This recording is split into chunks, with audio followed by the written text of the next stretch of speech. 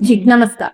हिंदी विवेक के digital channel में आपका स्वागत है। मैं हूं स्निग्धा उत्तम। छत्रपति शिवाजी महाराज के बारे में जो आज हम लोग चर्चा करेंगे, उसमें मैं ये पूछना चाहती हूँ आपसे पहला सवाल।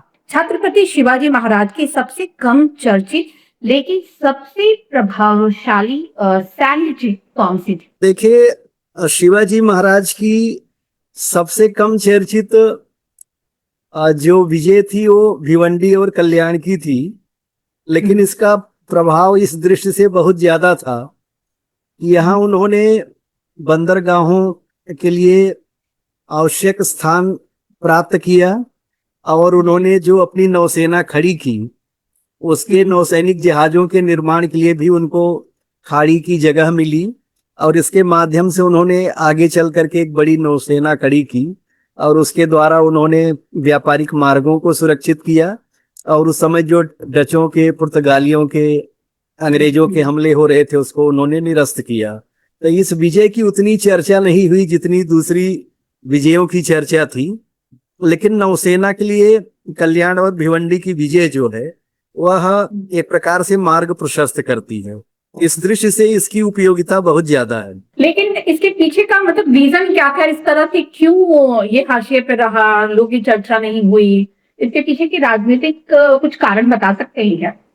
नहीं, जो मुगलों से उनकी सीधी भिड़ंत थी, वो चाहे जी, प्रतापगढ़ का युद्ध हो, कोंडाना का युद्ध हो, रायगढ़ का हो, तो उसमें उसकी चर्चा ज्यादा हुई क्योंकि वह हिंदू स्वराज्य के संस्थापक थे और हिंदुओं के राष्ट्र नायक थे।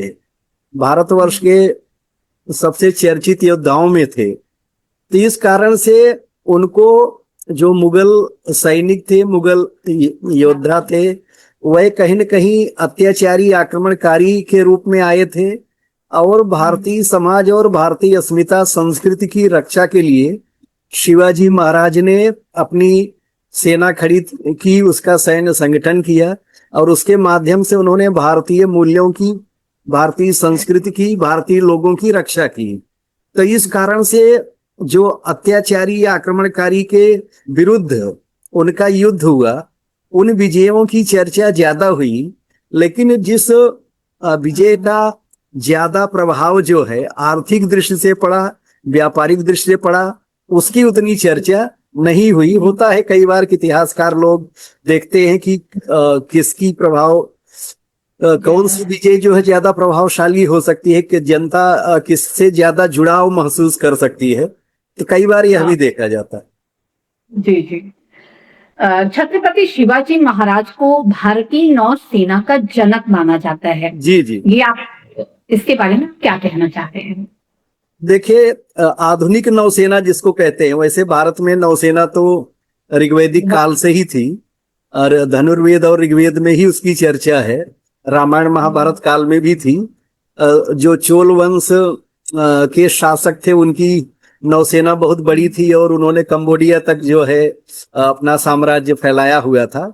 लेकिन आधुनिक नौसेना की शुरुआत जो है वो छत्रपति महाराज शिवाजी के माध्यम से ही होती है और इन्होंने एक प्रकार से जो नौसैनिक दल बनाया था उसकी बड़ी चर्चा हुई। इनको आंग्रे जैसा नौसैनिक कमांडर मिलता है जिसने अनेक विजयों में काम की।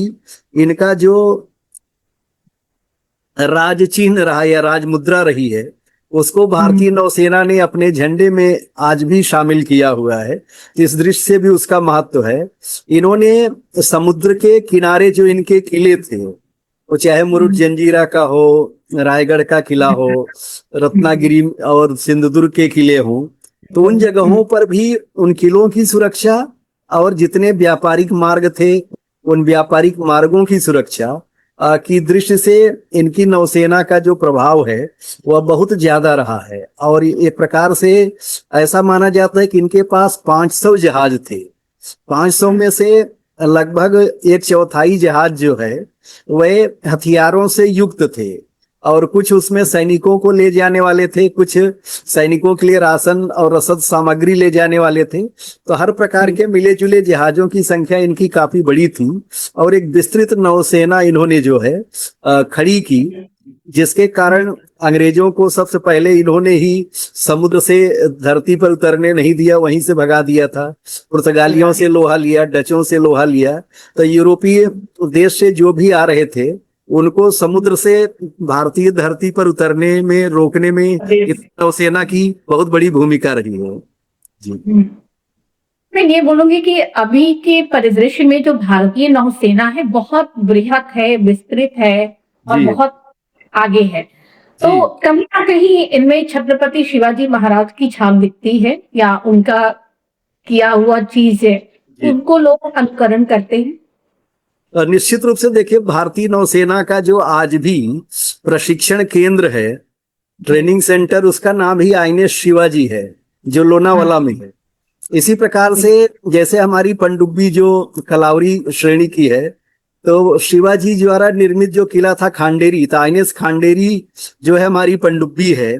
इसी प्रकार से शिवाजी के किलों और उनके द्वारा प्राप्त की गई विजयों के आधार पर नौसेना के बहुत सारे युद्धपोतों के नाम भी हैं।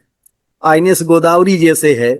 तो मैं केवल ये कहना चाहता हूँ, जैसे उनकी राजमुद्रा को भारतीय नौसेना ने अपने झंडे में शामिल किया है, इसी प्रकार से एडमिरल रैंक के जो अधिकारी होते हैं, उन अधिकारियों की पट्टी भी जो है छत्रपति शिवाजी महाराज के अधिकारियों, सैन्य अधिकारियों की जो पट्टी होती थी, उसके आधार पर निर्मित की गई है। तो बहुत सारी नौसेना की जो डिजाइन है वह कहीं न कहीं छत्रपति शिवाजी महाराज की नौसेना से प्रेरणा लेकर के बदली गई है। पहले ब्रिटिश नौसेना के आधार पर चलती थी, लेकिन मोदी सरकार के आने के बाद जो बहुत सारा परिवर्तन हुआ है, उसमें एक बड़ा परिवर्तन यह भी हुआ कि शिवाजी महाराज की राजमुद्रा से प्रेरित उनके जितने नौसैनिक चिन्ह थे, जो उनकी नौसेना की अनेक दिशाओं में जो पहुंच थी, उन सारी चीजों को लेकर के एक प्रकार से हमने अपनी नौसेना का भारतीयकरण करने का कार्य किया, उसका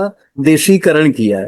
तो यह एक बड़ा परिवर्तन आप कह सकते हैं। क्या गरीबी काला गुरिल्ला युद्ध केवल एक सैन्य तकनीक थी या एक व्यापक रणनीतिक सोच?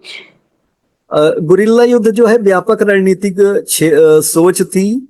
उसका कारण यह है कि जो महाराष्ट्र का भूगोल है, उसकी जितनी जानकारी या उसकी जितनी समझ छत्रपति शिवाजी महाराज और उनकी सेना को थी, उतनी और किसी को नहीं थी। इसलिए आपने देखा कि औरंगजेब विशाल सेना लेकर के दिल्ली से आता है और दक्कन में ही वो समाप्त हो जाता है, यहाँ से वापस नहीं जाता है। यहाँ की जो प्रकृति है, यहाँ के जो पहाड़ हैं, यहाँ की जो नदियां हैं, यहाँ का जो समुद्री किनारा है, यहाँ के जो वृक्ष वनस्पतियां पेड़ पौधे हैं, यहाँ जो खेती होती है, जो गन्ने की खेती से लेकर चावल की खेती और जो भी अंगूर की खेती, प्याज की खेती, तो मतलब इन सारी चीजों की जानकारी जो है शिवाजी महाराज और उनकी पूरी सेना को थी। क्योंकि जो मुगल सेना थी वह काफी विशाल थी, तो विशाल सेना से अगर आप आमने सामने की लड़ाई लड़ेंगे तो कहीं न कहीं आपको नुकसान हो सकता है। तो उससे बचने के लिए उन्होंने जो तरीका निकाला, उन्होंने केवल दो प्रकार के ही सैनिक रखे, एक पैदल सैनिक, दूसरे घुड़सवार सैनिक। इनके जो घुड़सवार सैनिक थे वो बहुत तेज गति से आगे बढ़ते थे और छापा मार लड़ाई जिसको कहते हैं, अचानक हमला करके शत्रु को चकित कर देते थे। उसका जो भी नुकसान पहुंचाना होता था नुकसान पहुंचा देते थे। अगर उसके खजाने को वहां से उठा लेना है तो वह कर लेते थे और उसके बाद फिर गायब हो जाते थे। तो शत्रु इनको ढूंढता ही रहता था। औरंगजेब और उसकी पूरी जिंदगी जो है, आप कह सकते हैं कि कोंकण और दक्कन के पहाड़ों में, पठारों में ढूंढते ढूंढते गुजर गई, लेकिन छत्रपति शिवाजी महाराज को वह पकड़ कभी नहीं पाया। यह जो है एक बहुत बड़ी सोची समझी व्यापक रणनीति थी और गुरिल्ला रणनीति के कारण ही वह सबसे सफल शासक हुए। जैसे हल्दी घाटी की लड़ाई या रक्त तलाई की लड़ाई जो होती है महाराणा प्रताप जी के साथ, तो महाराणा प्रताप की का युद्ध आमने सामने का युद्ध होता है, लेकिन बाद में जब वे जंगलों में चले गए तो भी गुरिल्ला युद्ध में ही लौटते हैं।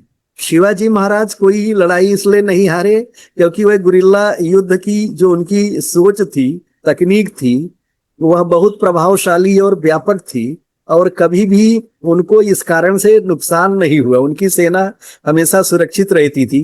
जैसे हम सर्जिकल स्ट्राइक करके चले आते थे तो कहीं न कहीं इस प्रकार की जो युद्ध नीति थी वह शिवाजी महाराज संपन्न करा रहे थे। यह निश्चित रूप से एक बहुत बड़ी उपलब्धि थी और आज भी जो है इसकी उपयोगिता बनी हुई। जैसे मुगलों की सेना बहुत ताकतवर थी, लेकिन इनकी ये भी ताकतवर थे, लेकिन अपनी रणनीति से उन्होंने विजय प्राप्त किया। जी जी, क्योंकि मुगलों के पास क्या था, सैनिकों की संख्या ज्यादा थी, संसाधन ज्यादा थे उनके पास। हाँ, तोप और कह सकते हैं कि हथियार ज्यादा थे। लेकिन शिवाजी के पास जो हथियार थे, चाहे धनुष बाण हो, चाहे तलवार हो, चाहे भाला हो, चाहे बंदूक हो, चाहे तोप हो, उसी के बलबूते पर इन्होंने लगभग सारे युद्ध जीते। और किस जगह पर शत्रु पर आक्रमण करना है, वहां के भूगोल की पूरी जानकारी इनके पास चुकी थी। इस कारण से शत्रु को ऐसी जगह पकड़ते थे या फंसाते थे कि जहां से वह भाग भी ना पाए। इसलिए मुगलों पर जहां जहां इन्होंने हमला किया या मुगलों ने कहीं इन पर हमला किया, तो उसका मुकाबला भी जिस सटीकता से के साथ होना चाहिए वह सब किए। तो ये युद्ध कौशल का आप कह सकते हैं कि एक बहुत बड़ा प्रतिमान है जो छत्रपति शिवाजी महाराज ने और उनकी सेना ने इस देश के सामने रखा है। और आप अपना कम से कम नुकसान उठाएं और सामने वाले का अधिक से अधिक कर दें, यही युद्ध में विजय का आधार होती है। और इसी कारण से शिवाजी महाराज लगातार जो है विजयी होते रहे और उनको मुगल सैनिक कभी भी हरा नहीं पाए। अगला प्रश्न है कि दुर्ग निर्माण और किलों के नेटवर्क का उन्होंने करवाया, तो उसके पीछे का दृष्टिकोण क्या है? दुर्ग निर्माण और किले के नेटवर्क को उन्होंने किस दृष्टिकोण से विकसित कराया? देखिए, शिवाजी महाराज के पास ऐसा माना जाता है 375 किले थे। इन्होंने किलों के निर्माण के माध्यम से न केवल अपने लोगों को सुरक्षित किया किले के भीतर, न केवल अपने सैनिकों के और साजो सामान को सुरक्षित किया, बल्कि इनके पास जो टैक्स आता था, जो पैसे आते थे, जो सोना वगैरह आता था, स्वर्ण मुद्राएं वगैरह आती थी, उसको भी बहुत सही जगह पर सुरक्षित रूप से रखते थे। तो किलों के निर्माण के कारण जब 375 किले अगर किसी के पास हैं, इन्होंने मतलब जितने किले पूरे जीवन में शिवाजी महाराज ने निर्मित करवाए, शायद ही कोई दूसरा राजा पूरे विश्व में कहीं कर पाया हो। तो किले का निर्माण जो है एक बड़ी रणनीति भी थी, क्योंकि किले की सुरक्षा जो होती थी वो बहुत, आप कह सकते हैं कि रणनीतिक और प्रभावशाली होती थी।